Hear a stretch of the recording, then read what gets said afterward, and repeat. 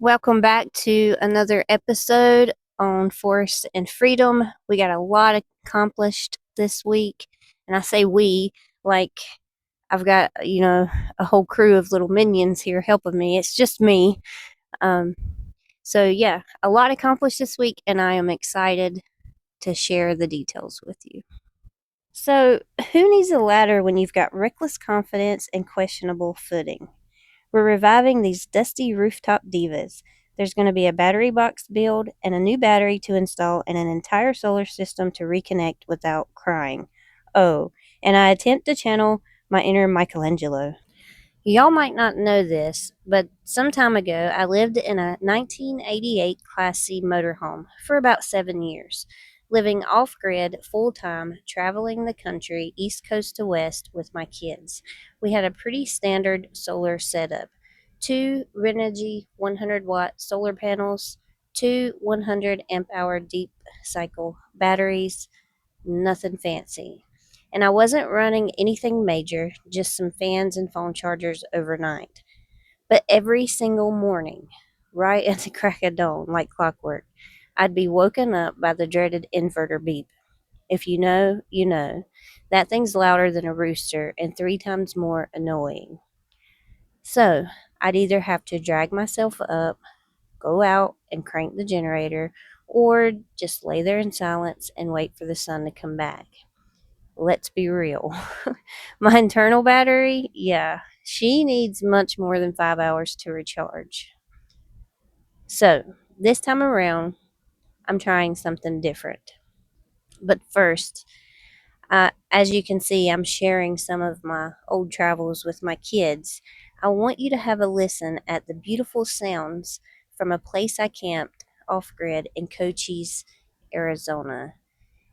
It was so majestic, and this is what you heard all day and all night. Enjoy.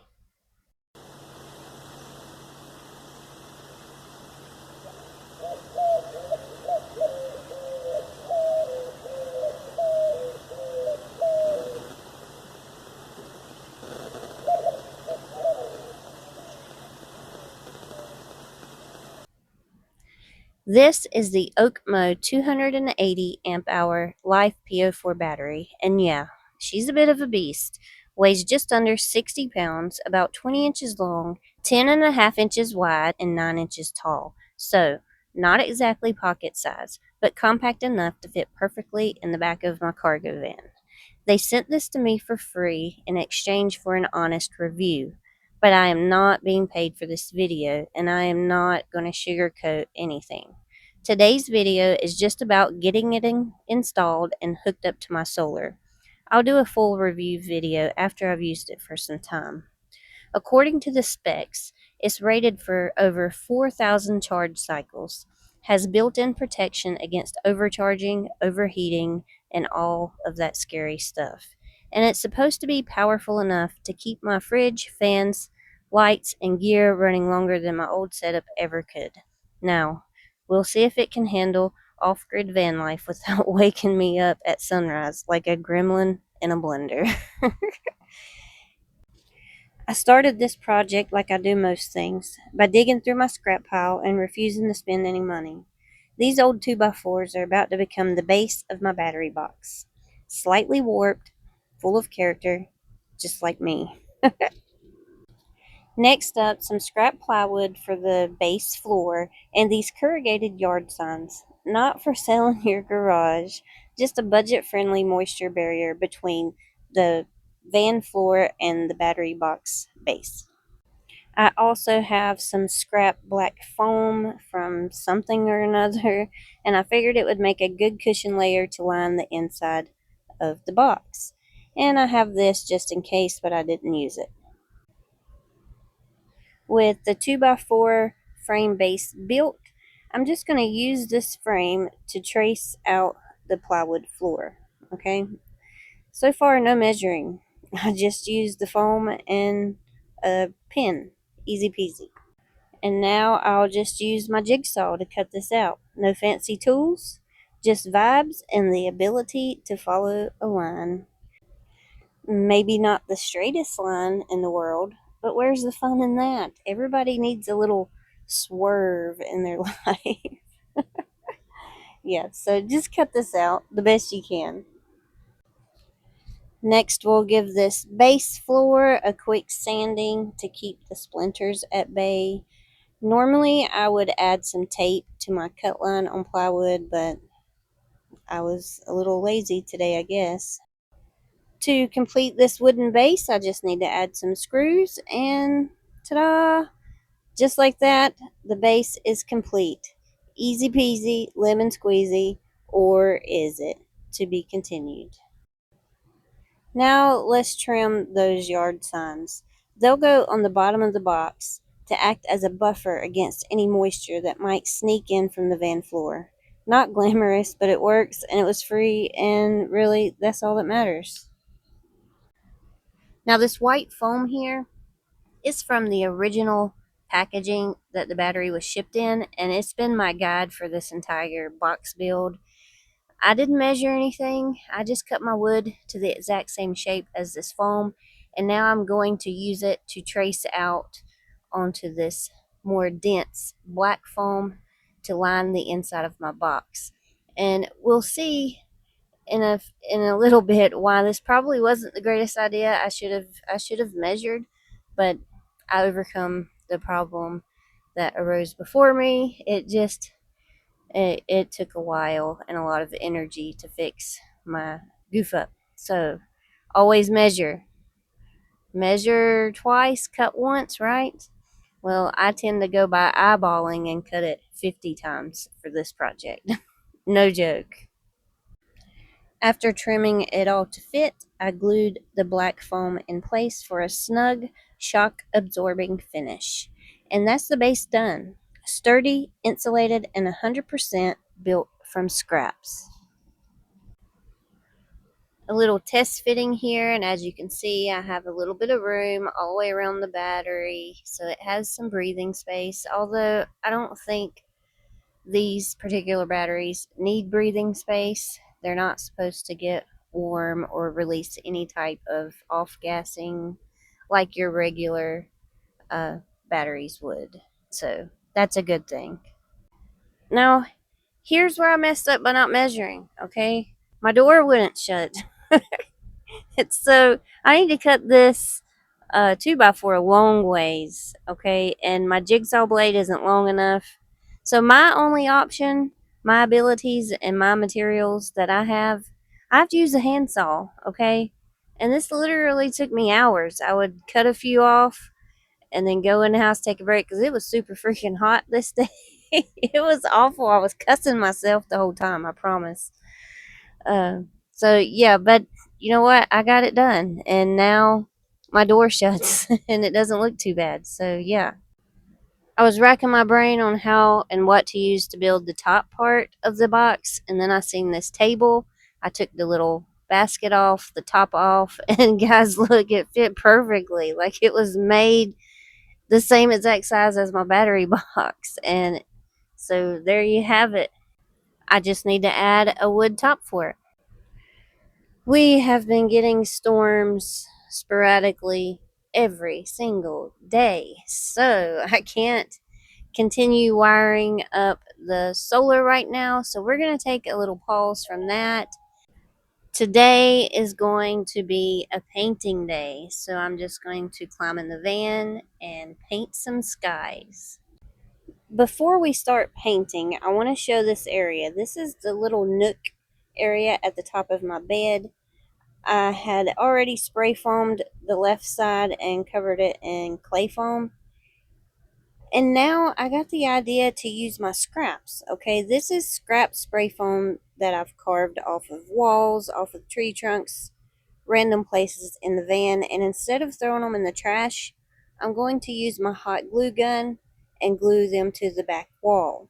This way, I can add clay over it and do it exactly like the wall you see there that's already been clayed. So, reduce, reuse, recycle, right? Yeah, so that was great. Painting a ceiling might sound simple until you're flat on your back in a tiny van with your arms above your head, wondering if this is how Michelangelo felt.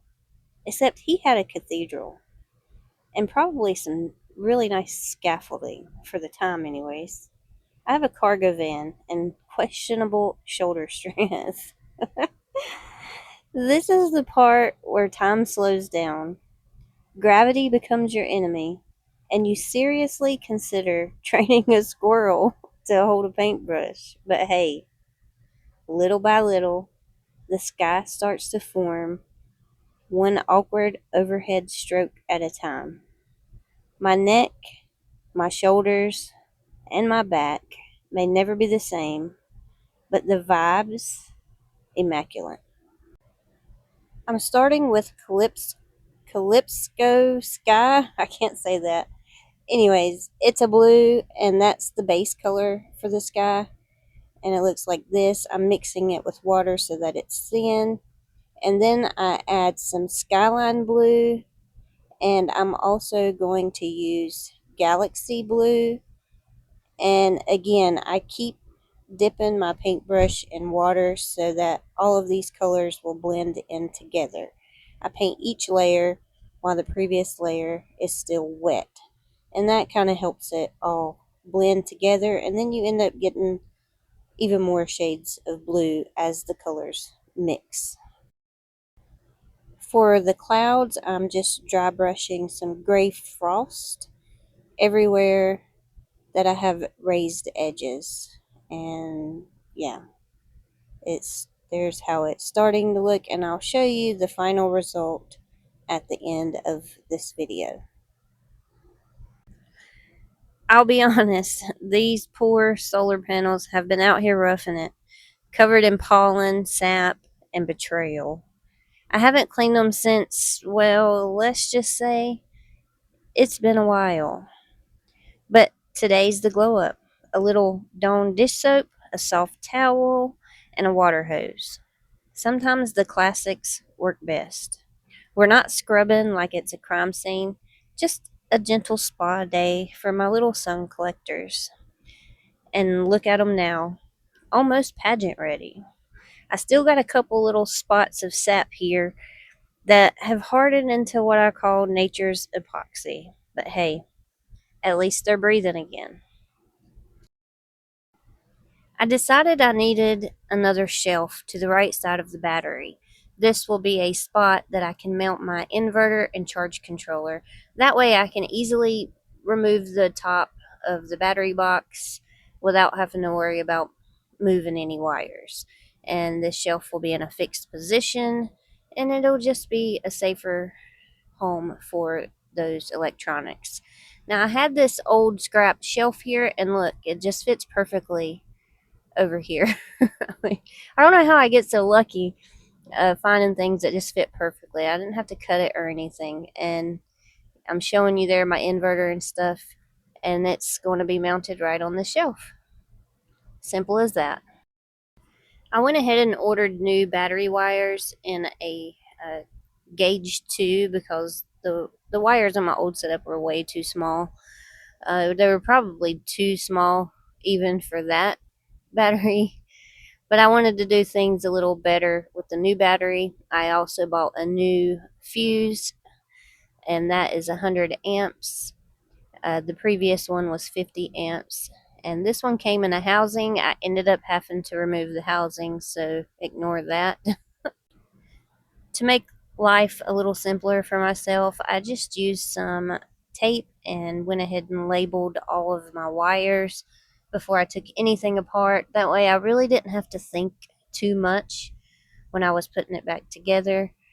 And yeah, that helped a lot. Here I've got the charge controller completely disconnected, and I went ahead and covered up the ends. I don't know if it matters. I'm not an electrician, but I've always been told don't let your ends touch. So I just taped them up. Now here you can see I've got the positive side all connected. I've got the fuse connected, and I did take it out of the housing because I didn't have an extra wire to run like a jump wire, so I connected it straight to the battery. Now I've got to hook up a ground wire. There's a hole in my floor. I'm just going to use some sandpaper and I'm going to sand up around the hole. I do have to drill it, make it just a little bit bigger. But see there, you want the raw metal showing. You don't want to put your ground wire onto paint. And I ended up using one of the screws and bolts and lock washers and washers from the fuse housing. I used all of the stuff that came with that, so it came in handy. And there you can see underneath the van where the screw or bolt, whatever you want to call it, comes out. And yeah, so the ground wire is all set. There you have it. Listen, this video is not meant to teach you how to wire up your solar system because honestly, I have no clue. I use the internet and the internet talked me through it. So, this is just showing you that even if you think you can't do it, you really can if you are determined enough and you use the free resources available to you through the internet. Now that everything is connected, I'm going to remove the tarp from my solar panels. I covered them up just as a precaution. Like I said, I'm not an electrician, but I thought it might be a good idea to not have power coming in through my panels while I was working on them. And yeah, everything is getting powered on now. The charge controller is working and lets power on the inverter. Hopefully nothing blows up, and it did not. Ta-da! I do want to upgrade my inverter. It's quite small. Now, for all of y'all that actually know what's going on here, there's the screen. That's what it says.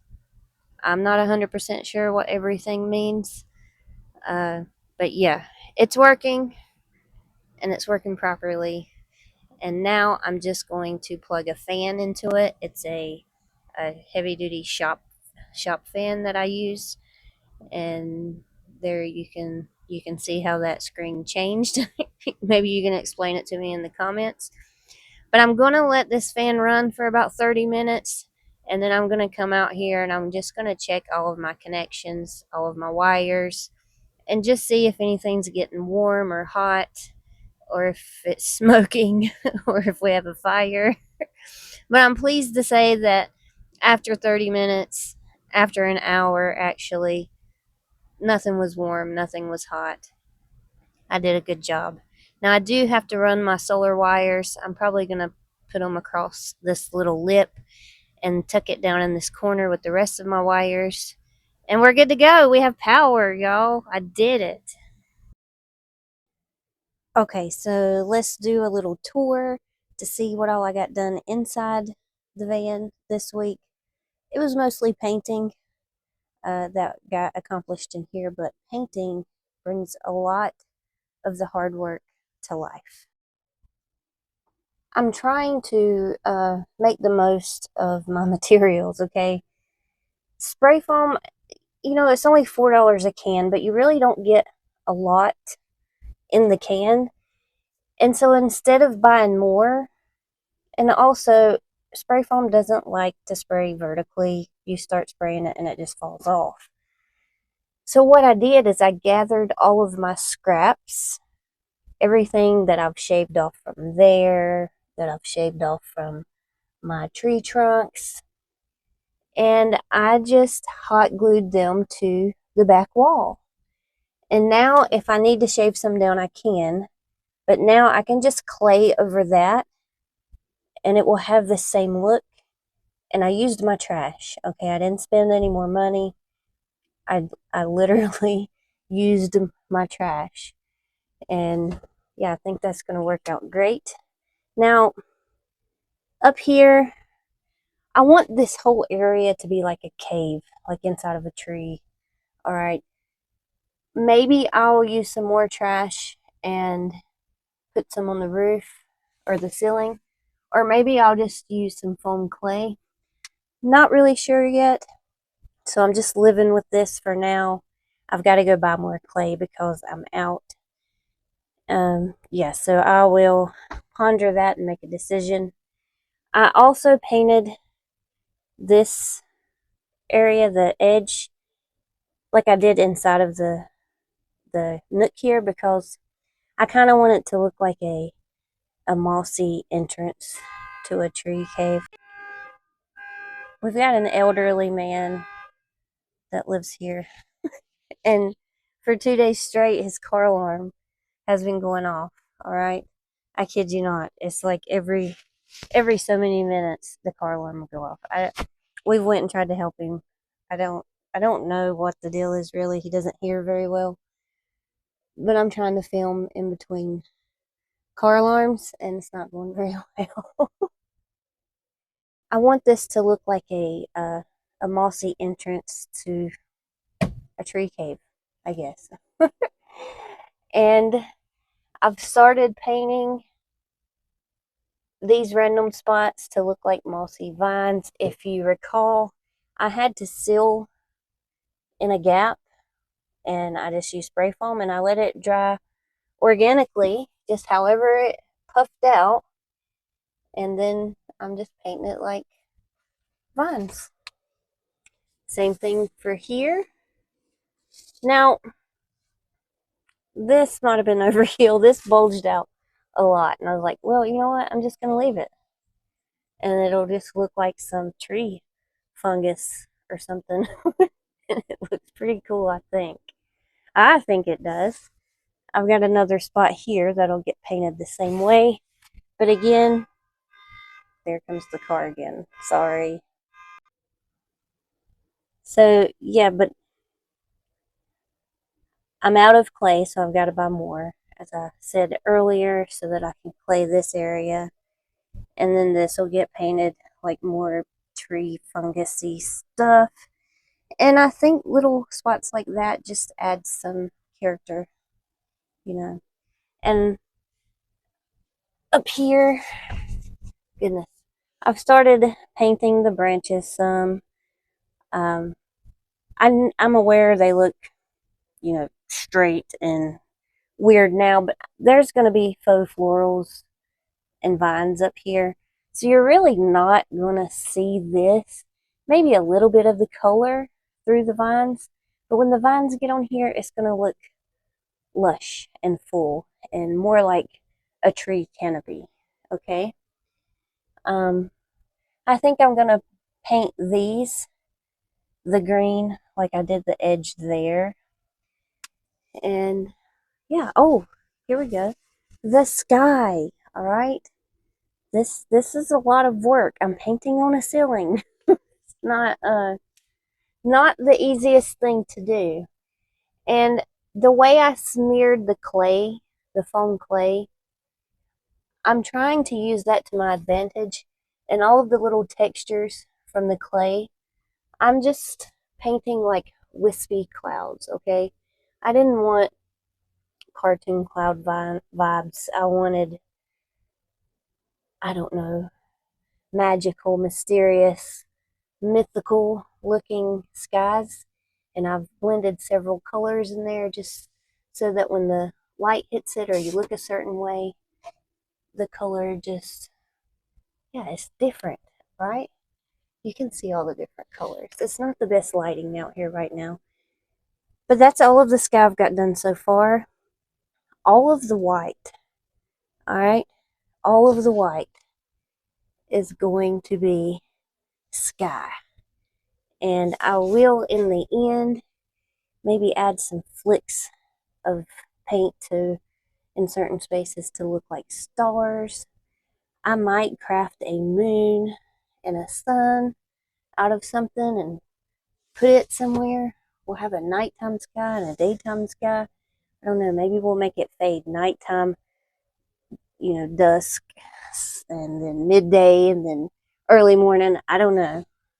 I have all of these ideas going in my head right now. And yeah, that's where I'm at right now. Maybe you noticed the crate is not in here right now. I had to take it out temporarily so that I can work on painting the sky and whatnot. It just made more sense to take it out so I wasn't climbing over it. And honestly, I really enjoy having this open space. I know she needs a crate because I know how she is. But somebody, and I can't remember who, did give me another idea. They were like, why don't you bolt an eye bolt or something, okay, to the floor? And then if she needs to be safely secured, I could use a short leash to a harness and, attach her to the bolt. That way she can't get loose. But I don't know. What we'll do is I'll ponder that idea, and maybe when I get the van to a point to where I can take it out on some trips, maybe what we'll do is we'll experiment with that idea first and see how it goes. And then if not, then we'll put the crate back in. But yeah, it's ever changing. The ideas are ever changing, but I do enjoy having this open space. And I think Charlie would enjoy having the open space. I just worry about safety. I'm an overthinker. I guess I need to work on that. But yeah, okay. Ciao. Okay, so that is it for inside of the van. I know maybe it doesn't seem like a lot, but painting all of these areas in the awkward positions, it was a lot of work.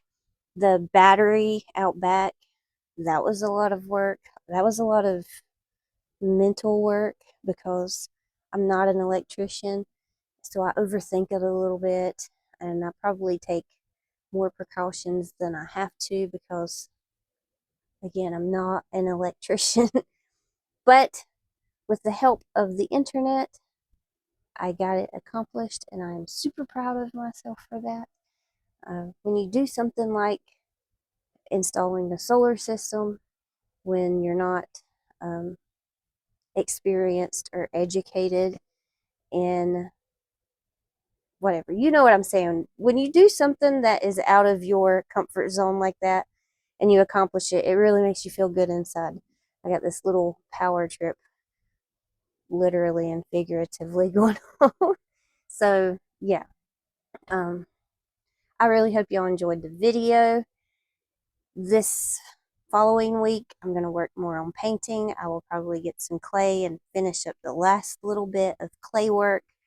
I really want to get started in the cab. I need to get the ceiling in place, and I want to start building the sink area because I need the sink, and I need to build the box for the toilet that's going to double as another seating area, and it'll hide the toilet. You won't see it.